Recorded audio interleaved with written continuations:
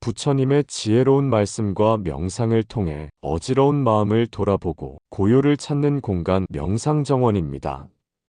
오늘 우리가 이야기해 볼 주제는 치유하기 힘든 상처 중 하나인 배신입니다. 우리는 살아가면서 여러 종류의 고통을 경험하게 됩니다. 그 중에서도 가장 오래 남고 쉽게 치유되지 않는 고통은 바로 믿었던 사람에게서 받은 배신일 것입니다. 특히 가장 가까운 사람, 진심을 다해 신뢰했던 이로부터 받은 배신은 단순한 감정의 상처를 넘어 우리의 존재를 뒤흔드는 깊은 고통으로 남습니다. 처음에는 마음이 혼란스럽고 깊은 슬픔이 밀려옵니다. 그러나 시간이 흐를수록 그 감정은 점차 바뀌어 갑니다. 단순한 슬픔은 어떻게 나에게 그럴 수 있었을까? 라는 충격과 배신감으로 변하고 이내 분노로 치솟게 됩니다. 그렇게 생긴 깊은 상처는 마음속에 머무르며 자신을 갉아먹고 결국은 미움과 집착이라는 업장을 만들어내게 됩니다. 하지만 부처님께서는 다음과 같이 말씀하셨습니다. 원망은 원망으로 사라지지 않는다. 오직 자애로만 사라진다. 배신으로 인해 상처받은 마음을 누구보다 깊이 아셨던 부처님은 다음과 같이 말씀하셨습니다. 배신의 고통을 또 다른 미움으로 반응하면 상처는 더 깊어진다. 하지만 자애로 바라보면 마음은 다시 회복의 길로 나아갈 수 있다. 이 짧은 구절 속에는 배신과 상처를 다루는 부처님의 깊은 통찰이 담겨 있습니다. 원망으로 대하면 다시 상처로 돌아오고 자비로 대하면 고리가 끊어진다. 그 고리를 끊는 순간 비로소 우리는 자유로워질 수 있습니다. 오늘은 그 배신의 고통 속에서 어떻게 마음을 지키고 나 자신을 지킬 수 있는지 부처님의 지혜로운 말씀과 함께 천천히 들여다보려 합니다. 지존이신 부처님께서도 우리와 마찬가지로 가장 가까운 이로부터 배신을 겪으셨습니다. 오랜 시간 신뢰했던 사람에게서 돌아온 상처는 부처님의 삶 속에서도 깊은 흔적을 남겼지만 그분은 분노나 보복으로 반응하지 않으셨습니다. 대신 부처님은 그 사람의 마음속 괴로움과 무지를 직시하며 자비와 지혜로 그 상황을 받아들이셨습니다. 이 이야기는 단순히 과거에 일어난 사건을 전달하는 데 그치지 않습니다. 우리가 삶 속에서 마주하게 되는 배신의 순간마다 그 상처와 분노에 어떤 마음으로 대응할지를 묻고 있습니다. 부처님께서는 그런 순간마다 복수나 원망의 감정에 휩쓸리기보다 이해와 연민, 그리고 통찰을 통해 그 고통을 초월하라고 가르치십니다. 응징보다 연민이, 외면보다 통찰이, 미움보다 자비가 결국 우리를 자유롭게 한다는 부처님의 깊은 지혜가 이 이야기 속에 담겨 있습니다. 이제 본격적으로 첫 번째 이야기를 살펴보며 부처님께서 배신의 상황에서 어떻게 자비와 지혜로 반응하셨는지를 함께 따라가 보겠습니다. 데바다타는 부처님의 사촌이자 오랜 수행 동반자였습니다. 처음엔 함께 가르침을 따르던 자였지만 시간이 지나며 그는 부처님의 영향력과 명성을 시기하게 됩니다. 그는 승단의 부녀를 꾀했고 심지어 바위를 굴려 부처님을 다치게 하려는 시도까지 합니다. 이 사실을 들은 제자들이 놀라며 분노합니다. 세존이시여, 데바다타가 해치려 했다는 것이 사실입니까? 그런 자를 어찌 아무런 꾸짖음 없이 두실 수 있습니까? 부처님은 조용히 제자들을 바라보며 차분하게 말씀하셨습니다. 그가 겪고 있는 괴로움은 외부 환경이나 타인으로부터 비롯된 것이 아니라 그의 내면에 자리한 깊은 집착과 무지에서 비롯된 것이다. 그는 자신의 욕망과 분노에 사로잡혀 스스로 괴로움을 만들어내고 있을 뿐이다. 그러니 그의 행동을 단순한 악의로만 보아 미워하지 말고 그 마음속의 혼란과 고통을 이해하며 연민의 시선으로 바라보아야 한다. 제자 가운데 한 명이 조심스럽게 고개를 끄덕이며 말했습니다. 세존이시여, 저는 데바다타의 행동을 단순히 악의로만 보았습니다. 하지만 지금에서야 그 역시 깊은 괴로움 속에 있었음을 이해하게 되었습니다. 그 역시 자신의 집착과 분노 속에서 괴로움에 사로잡혀 있었으며 그런 고통이 결국 어리석은 행동으로 드러난 것이었음을 말입니다. 제자의 말을 들은 부처님은 조용히 고개를 끄덕이셨습니다. 이때 또 다른 제자가 질문했습니다. 세존이시여, 그에게 자비를 베푸는 것도 좋지만 만약 그가 다시 세존을 해치려 한다면 어떻게 해야 합니까? 부처님은 고요한 음성으로 다음과 같이 말씀하셨습니다. 자비는 무조건적인 방임이 아니다. 자비는 올바른 분별 위에 세워져야 하며 상황을 정확히 이해한 뒤 실천되어야 한다. 만약 그가 또다시 잘못된 길을 걷고자 한다면 우리는 단호하게 그 길을 막아야 한다. 하지만 그 단호함 안에는 상대를 향한 미움이 아닌 잘못된 길에서 벗어나게 하려는 연민이 담겨 있어야 한다. 자비란 상대의 괴로움을 이해하면서도 그로 인해 더 큰 해악이 번지지 않도록 지혜롭게 대응하는 힘이다. 그 말을 들은 다른 제자들도 조용히 고개를 끄덕였습니다. 처음에는 데바다타의 행동에 대해 분노와 실망이 컸지만 부처님의 깊은 가르침을 새기며 그들의 마음도 서서히 가라앉기 시작했습니다. 그제야 그들은 깨달았습니다. 누군가의 잘못된 행동을 보았을 때 그를 단죄하고 배척하기보다는 그 이면에 있는 고통과 혼란을 이해하려는 노력이 먼저라는 것을, 그리고 그 이해 위에서 실천되는 연민이야말로 진정한 자비라는 사실을 마음 깊이 새기게 되었습니다. 누군가의 어둠에 대항하는 가장 큰 힘은 분노나 비난이 아니라 이해와 자비, 그리고 통찰이라는 것을 그들은 마침내 받아들이게 되었습니다. 배신은 종종 타인의 악이라기보다 그 사람 내면의 괴로움과 혼란에서 비롯됩니다. 부처님은 데바다타의 파괴적인 행동조차도 그의 무지와 집착에서 비롯된 결과로 보았습니다. 배신당한 고통에 집착하기보다 그 고통의 메인 마음을 놓아주는 것이 해탈의 시작입니다. 이 일화를 통해 우리는 진정한 자비란 상대를 정죄하거나 비난하는 데서 시작되는 것이 아니라 그 사람의 내면에 있는 괴로움과 고통을 이해하려는 마음에서 비롯된다는 것을 알게 됩니다. 고통을 고통으로 되갚으려는 순간 우리는 또 다른 미움이 고리를 만들게 됩니다.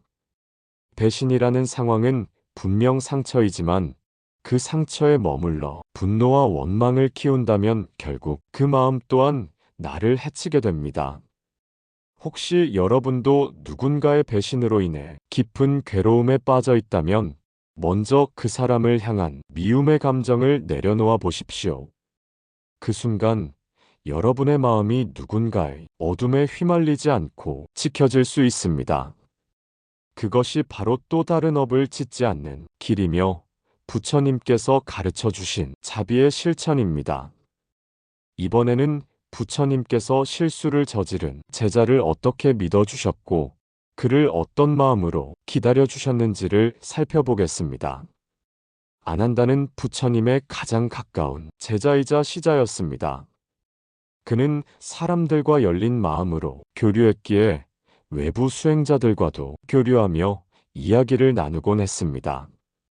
그러던 어느 날 그가 외부에서 전해 들은 말을 인용한 것이 오해를 불러일으켰고 일부 제자들 사이에서 아난다가 부처님의 가르침을 왜곡하고 있다는 의심이 생겨났습니다.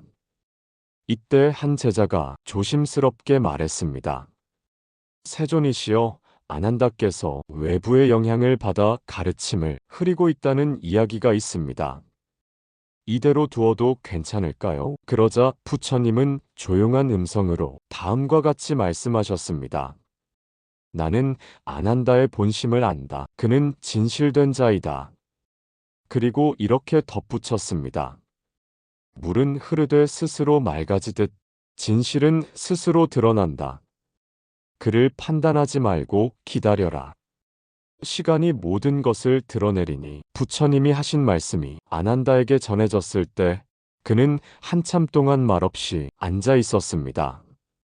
자신에 대해 부처님이 얼마나 깊은 신뢰를 보여주었는지 알게 되자 놀람과 감사, 그리고 부끄러움이 동시에 밀려왔습니다.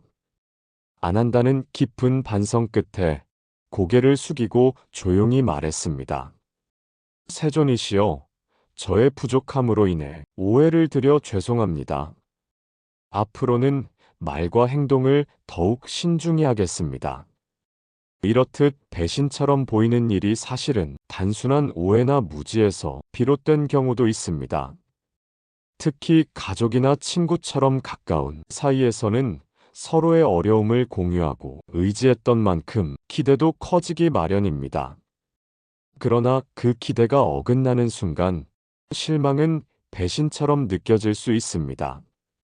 때로는 말하지 못한 속사정이나 상황의 오해로 인해 관계가 틀어지고 가까웠던 관계일수록 그 상처는 더 날카롭게 다가옵니다.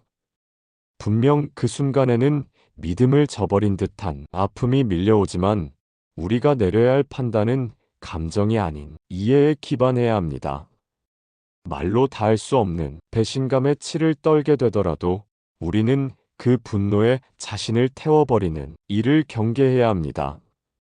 그 순간의 감정에 휩쓸려 내리는 판단은 결국 우리 스스로의 눈을 가리게 되어 더 깊은 오해와 후회를 남기게 될 수 있습니다.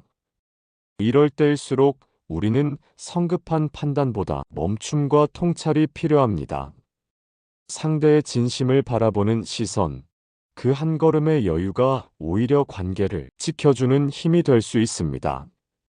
진정한 관계란 갈등이 없는 것이 아니라 신뢰를 회복하려는 노력이 계속되는 관계에서 자라납니다.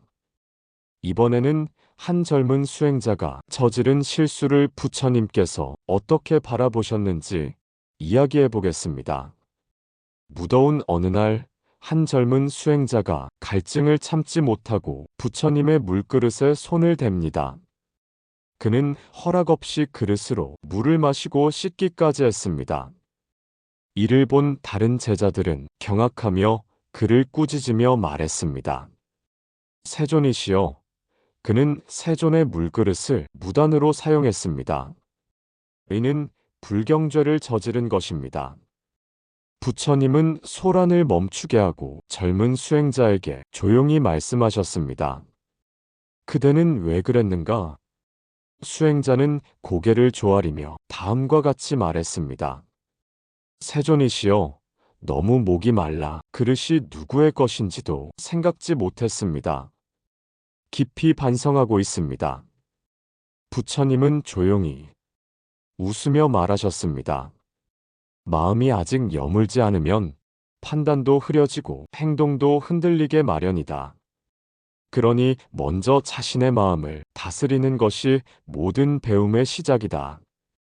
이것은 미숙함에서 비롯된 것이니 배움의 계기로 삼도록 하라. 이 모습을 지켜보던 다른 제자 하나가 눈을 감으며 말했습니다. 세존이시여, 저희는 규율을 앞세워 먼저 사람의 마음을 재단하려 했습니다. 이제는 자비의 눈으로 바라보는 법을 배우겠습니다. 부처님의 자비로운 태도를 지켜보며 그들은 깨달았습니다. 규율보다 먼저 있어야 할 것은 상대의 입장과 상황을 이해하려는 따뜻한 시선이라는 것을 말입니다. 이렇듯 우리가 받는 상처 중 일부는 상대의 무지나 미숙함에서 비롯되기도 합니다. 고의가 아닌 실수는 배신보다 이해로 다가갈 수 있습니다. 마음의 여유는 상처를 자비로 바꾸는 힘이 됩니다. 이 일화는 우리에게 말합니다. 마음이 여물지 못하면 실수는 커지고 마음이 여유로우면 용서가 쉬워진다는 것을, 타인의 실수 속에서 내 분노만 키우기보다 이해와 연민을 통해 더 큰 지혜로 나아갈 수 있습니다. 또한 살다 보면 우리는 때로 아무 이유 없이 험담이나 모함의 대상이 되기도 합니다. 억울하고 이해할 수 없는 상황이지만, 그런 일들이 생기는 배경에는 다양한 인간관계의 얽힘과 시기 또는 상대의 무지가 있을 수 있습니다. 혹시 여러분도 그런 경험이 있으셨나요? 지존이신 부처님께서는 어떠셨을까요? 세상의 존경을 받던 그분 또한 수많은 험담과 모함을 겪으셨습니다. 누군가는 부처님의 진심을 왜곡했고, 누군가는 그 가르침을 시기하여 의도적으로 해를 끼치려 했습니다. 그 상황 속에서 부처님은 어떤 마음으로, 어떤 태도로 그들을 대하셨을까요? 이제 이어지는 이야기에서는 부처님께서 자신을 향한 모함과 비방을 어떻게 마주하셨는지, 그리고 그 상황에서 어떤 태도로 진실을 지켜내셨는지를 함께 살펴보겠습니다. 부처님의 명성이 널리 퍼지던 시절, 외부의 일부 수행자들은 이를 시기하며 의도적으로 부처님을 다음과 같이 헐뜯기 시작했습니다. 그는 욕망을 버리지 못한 자라 들었습니다. 깨달음을 얻었다면서도 여전히 명성과 제자들을 탐하고 있는 것 아니오? 그들은 부처님이 계신 자리로 와 공개적으로 모욕하며 도발했습니다. 이를 본 제자들은 분노를 참지 못하고 부처님께 아뢰었습니다. 세존이시여, 저희들을 그대로 두실 겁니까? 그들은 당신을 욕보이고 있습니다. 그러자 부처님은 조용히 말씀하셨습니다. 진실은 바람과도 같다. 억지로 막을 수도 없고 그 흐름을 마음대로 바꿀 수도 없다. 바람이 지나가며 흔적을 남기듯 진실도 시간이 지나면 드러나게 되어 있다. 거짓은 언젠가 무너지고 진실은 스스로 드러난다. 그러니 너희는 그 흐름 속에서 진실을 굳게 붙잡고 마음을 흔들리지 않도록 단단히 지켜야 한다. 우리 삶에서도 이유 없는 험담이나 모함에 상처받는 순간들이 찾아옵니다. 억울하고 분노가 치밀 수도 있지만, 그럴 때일수록 감정적으로 반응하기보다 진실을 지키는 태도가 더욱 중요합니다. 상대가 어떤 말을 하든 그 감정에 휘둘려 내면의 고요를 잃는다면 결국 나 자신이 무너지는 결과를 낳게 됩니다. 상대의 시기와 왜곡은 나의 가치를 결정할 수 없습니다. 중요한 것은 내가 어떤 마음을 유지하느냐입니다. 배신과 이간질은 언제든 생길 수 있는 일이지만, 그때마다 진실을 붙잡고 내면을 지켜낸다면 우리는 흔들리지 않을 수 있습니다. 만약 상대의 시비가 지속된다면 굳이 정면으로 맞서기보다 한 걸음 물러서 상황을 지켜보는 지혜가 필요합니다. 때로는 자리를 피하는 것이 약함이 아니라 더 큰 분별과 자비를 위한 선택이 될 수 있습니다. 마음이 힘들고 흔들릴 때일수록 우리는 타인보다 먼저 나 자신을 살펴야 합니다. 그렇다면 믿었던 이에게 배신당했을 때 마음속에서 어쩔 수 없이 피어오르는 증오와 분노는 어떻게 다루어야 할까요? 그 감정에 휩쓸리지 않고 마음을 지키는 길은 과연 무엇일까요? 부처님께서는 그와 같은 상황에서 어떻게 행동하셨는지 다음 이야기에서 함께 살펴보겠습니다. 말년의 부처님은 수많은 제자와 따르는 의들이 생기며 점점 더 큰 영향력을 지니게 되었습니다. 하지만 동시에 시기와 질투도 커졌습니다. 몇몇 제자들은 부처님의 권위를 넘보며 암암리의 부처님에 대한 비방을 계속했습니다. 이 상황을 본 제자들이 안타까워하며 부처님께 여쭈었습니다. 세존이시여, 그들은 세존께 배신을 일삼고 있습니다. 어찌하여 아무 말씀도 하지 않으십니까? 그러자 부처님은 조용히 말씀하셨습니다. 원망은 원망으로 없어지지 않는다. 사랑만이 그 길을 멈춘다. 상처의 증오로 반응하면 그 고통은 끝나지 않는다. 그 고리를 끊어야만 우리는 자유로워진다. 이 말씀을 들은 제자들은 한동안 말없이 침묵했습니다. 누군가는 고개를 떨구었고 누군가는 눈을 감고 깊은 숨을 내쉬었습니다. 그들은 부처님의 말씀을 곱씹으며 자신들 또한 누군가를 미워하며 마음속으로 다시 고통이 고리를 쌓고 있었음을 깨달았습니다. 한 제자가 조심스럽게 말했습니다. 세존이시여, 저는 그들을 용서할 수 없다고 생각했지만 지금에서야 알겠습니다. 그 미움이 저를 더 깊은 어둠에 가두고 있었음을 깨달았습니다. 또 다른 제자도 뒤따라 말했습니다. 부처님, 이제는 저 자신을 괴롭히던 증오를 놓겠습니다. 그것이 그 사람에게서도 제 마음에서도 벗어나는 길임을 알게 되었습니다. 그 순간 그들은 증오와 미움이 만들어낸 사슬을 조금씩 놓기 시작했습니다. 그리고 그 마음의 공간에 자비와 평정이 스며들기 시작했습니다. 그렇다면 어떻게 해야 그 고리를 끊고 그 상처와 감정이 사슬에서 벗어날 수 있을까요? 부처님께서는 우리에게 이렇게 말씀하셨습니다. 배신이라는 외부의 행위는 우리가 통제할 수 없지만 그에 반응하는 내 마음의 방향은 내가 선택할 수 있다고 말입니다. 그 고리를 끊기 위해 우리는 다음의 길을 따라야 합니다. 첫째, 감정을 인정하되 휘둘리지 말 것. 괴로움과 분노는 자연스러운 반응입니다. 하지만 그 감정에 머물거나 휘둘리지 않고 있는 그대로 바라보고 흘려보내는 마음의 여유가 필요합니다. 둘째, 상대의 괴로움까지 보는 시선. 부처님은 데바다타의 배신조차 그의 무지와 집착에서 비롯된 것이라 보셨습니다. 그처럼 상대의 어리석음을 미워하기보다 그 마음속의 고통을 연민으로 바라볼 수 있어야 합니다.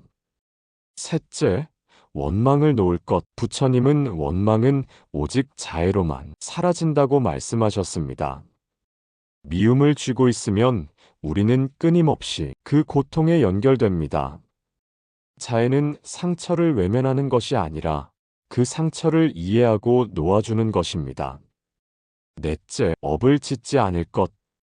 상처받은 감정으로 상대를 미워하고 보복하려는 순간 우리는 또 다른 업을 짓게 됩니다. 그 고리를 끊는 첫걸음은 내가 그 감정의 사슬을 반복하지 않겠다고 선택하는 것입니다. 다섯째, 자신을 돌아보고 자비로 마음을 닦을 것. 왜 내가 상처받았는지를 들여다보고 그 기대와 집착을 내려놓는 순간 우리는 비로소 자유로워질 수 있습니다. 자비는 타인을 위한 것이기 이전에 나를 해방하는 지혜입니다. 일련의 이야기를 통해 우리는 배신이라는 사건이 단지 타인의 행위로 끝나는 것이 아니라 그것을 받아들이는 내 마음의 상태가 고통의 깊이를 결정한다는 것을 알게 됩니다.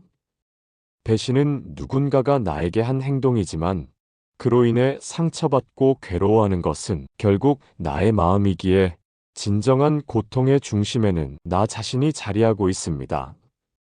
왜 그 사람의 말 한마디, 행동 하나에 그렇게 휘청였을까요?